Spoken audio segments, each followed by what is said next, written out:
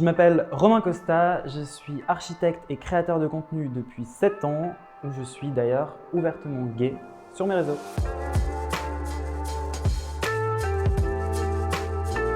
Ça fait 7 ans que je crée du contenu sur les réseaux sociaux, donc j'ai vraiment vu une évolution des marques par rapport au sujet LGBTQIA+. Il y a une vraie évolution et dans le bon sens. Il y a 4-5 ans, j'ai fait un post pour vraiment appuyer le fait qu'il fallait lutter contre les LGBT-phobies. Quand j'ai posté cette photo, j'ai eu peur parce que je me suis dit que potentiellement je pouvais plus travailler avec certaines marques. Aujourd'hui, je me poserais pas cette question si je refaisais ce post parce que j'ai l'impression que les marques, elles sont OK avec le fait de s'engager en faveur de la communauté LGBTQIA+. Aujourd'hui, quand on est une marque, il y a plein de manières de s'engager auprès de la communauté LGBTQIA+.